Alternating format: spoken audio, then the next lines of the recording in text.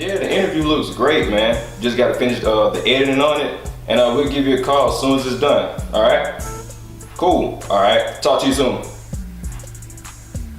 Hey, what's going on, everybody? Welcome. This is See the Vision TV. I'm your host, Christopher Jenkins. And on my new show, See the Vision TV, what we're going to be looking to do is to bring you some of the most creative, most provocative, and most charismatic thinkers of our generation. So, with that in mind, y'all stay tuned. I got some great guests. Y'all going to want to check this out.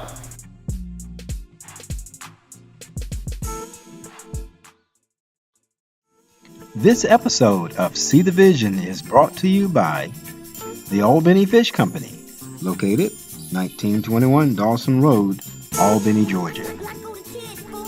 And His Glory Hair Salon, located 1110 Gillianville Road. Also, for a great lunch or dinner, it's Macy's Place. Phone 229-869-4000. Don't push your hairline back. Enhance it where it's at. Call Bracy the Barber at 229-733-2549 for all your natural and healing soaps by Omnipotence. Call 229-733-2549. What's going on, everybody? Welcome back once again. This is See the Vision TV. You already know what it is. I'm your host, Mr. Jenkins. Got another great show for y'all. I got none other than the lovely, wonderful, talented genius. I mean, she is just so dope. We have Miss Belinda Vickerson right here on the couch with us of Belinda Vickerson Photography. And also, she is the editor-in-chief, right, of VIRTUOSO magazine, formerly Exposure. Magazine. Right, yeah, she's doing big things over here, y'all. I told you, I got the best guests, I told y'all. So first of all, let me just say it's good to have you here. Thank you. No problem. I like to give all my guests a few minutes to just kind of, let the people know who they are, where you're from, Okay. That kind of thing. Okay. So tell us a little bit about, right.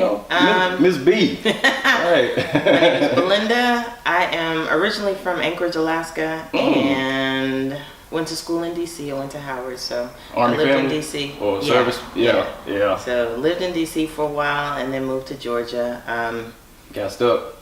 Basically, a little bit. I'm not mad at it though, because all of it kind of brought me back to photography, which brings me to here. So Right. a lot of strange things had to happen for me to find my way back to photography. So now I'm doing fashion and portrait photography and the magazine full time, Right. and that's my life. VIRTUOSO is a digital fashion, beauty, music, and art magazine right now. Right. So we're just building and looking for people and artists to tell their stories. So it's exciting. That's what's up. Okay. So tell me, when did you first get into photography?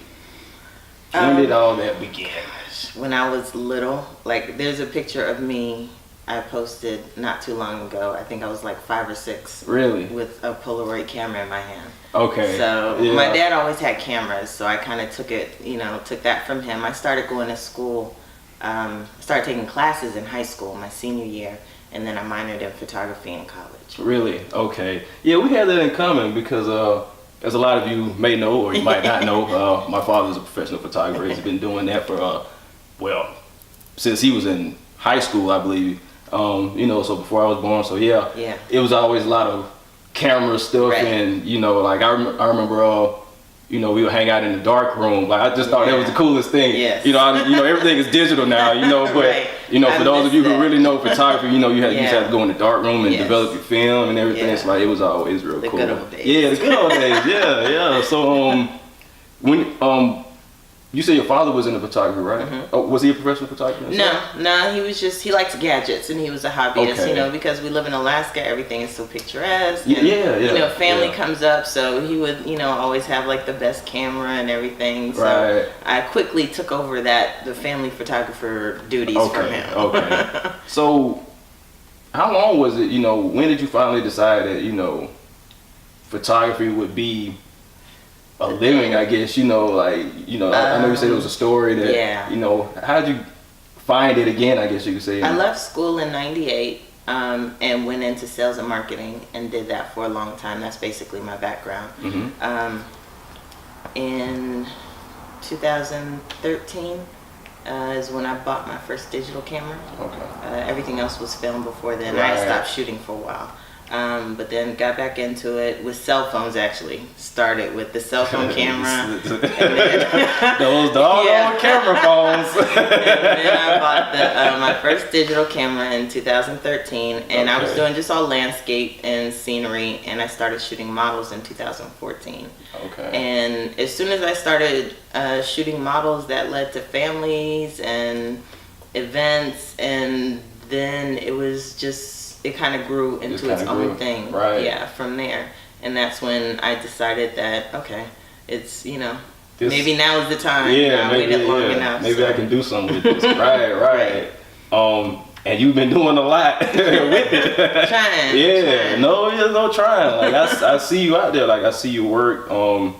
You've actually been working with, you've been working with several people, but one most notable, I think, you've been working with Charlie Hill Henderson. With the whole, Albany Fashion Week. That was my first fashion show. Right, that was your first fashion show. In 2014 that I shot since college. And from there, we just started working together after that, and it's just been nonstop. And how's that been? Because she's dope, man. Like she is. Like she's so creative, and the funny thing is, we're all in the same place where we're really wanting to do what we're passionate about. Great. And so, with us being together as a group, it kind of helps everybody to be able to express themselves, through this art, whether it be fashion, photography, design, whatever it is. So the partnership, the friendship works really well. And then you get to see everybody grow. So from our first photo shoot to what we're doing now is like completely different. Completely right. Like I was telling her the same thing. Like just to see it grow and to see all the talent, and how it's just, I see it being an ongoing thing. It's just maturing and maturing. But anyway, back to you. Okay, so tell me about this e-magazine, VIRTUOSO, formerly Exposure. Right. It started. Exposure started because I wanted a place to publish my work, and that doesn't really exist in South Georgia. So I had to create it. I said I want to start a magazine. So with Charlie helping, and also Charlene from Avoir Salon and Color Bar, we just started doing shoots. Speaking of them, what's going on to my man Bracy? Bracy, of course, always gets a shout out. We just started putting the content together and the concepts. So 2016 was the first issue of Exposure. We published quarterly. And late last year, I decided that I wanted to rebrand it because it had become more than just a place for me to publish my work. And with everything that's going on, I thought it was important to use the platform in a better way. So even though we're still fashion, beauty, music, and art, it's more about the artist and their expression and their thoughts and their views and what inspires them. And it's also about helping other artists so that they see a potential, so they're not just, I have to go and get a 9-to-5 because that's what everybody else does. So I want to show people that it's possible to do what you're passionate about. And that's kind of along the same lines of, why I started this show also, just to be able to be an outlet, and showcase to people that you really can, like you say, do what you're passionate about, and that be a living for you, because a lot of people feel like, I gotta get a job and stuff, but I mean, if you just stick with it, like it's a market for you, and so I just really want to showcase that, and with guests like you, they can see that, you got a magazine, but okay, so tell me, what does it mean to you, as a black woman to be excelling, in this field, I would say the art world, because photography is art, so what does that mean to you? And what would you say to other young women, looking to get into that field, with those people in their ears saying that, you can't make a living off of it? Like, what would you say? I would just say you can. It's not easy, but nothing is easy. Nothing that you want is going to be easy, so it's all about kind of opening your mind. When I was in college, I think what really turned me off to pursuing photography at that time was they always talked about freelancing and being a starving artist, and no one ever really talked about the business side of it. Like, none of my professors were business owners. They were all, as a teacher, newspaper, freelancers, and some of them did some art, but no one really talked about the business, and that's the part that I really enjoy, is the entrepreneurship. So even probably 50-50 between art and entrepreneurship. But that's the part that I'm really proud of, is being a business owner.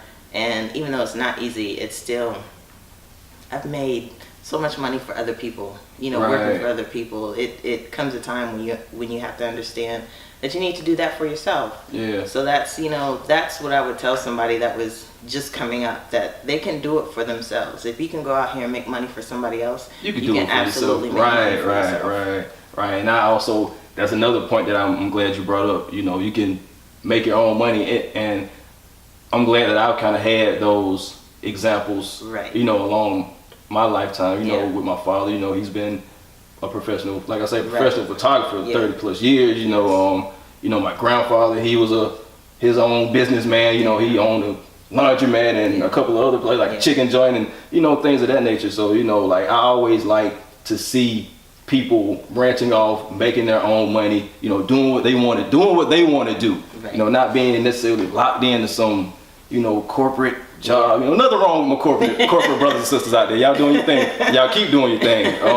But it's always refreshing to just see that freedom, and it comes across. And I think what you're doing is great. What's next for Virtuoso? What's next for the first Belinda Vickerson issue photography? For the new brand, it drops March 29th, and that's going to be the New Wave cover. Right. So the New Wave, we're choosing 7 artists, hip hop and R&B mostly, from the 229. Ones that we really think are talented, have the drive, really expressive. There's a lot of talent here, so I'm super excited about that. They're going to have their own concert March 29th, Sandtrack. Okay.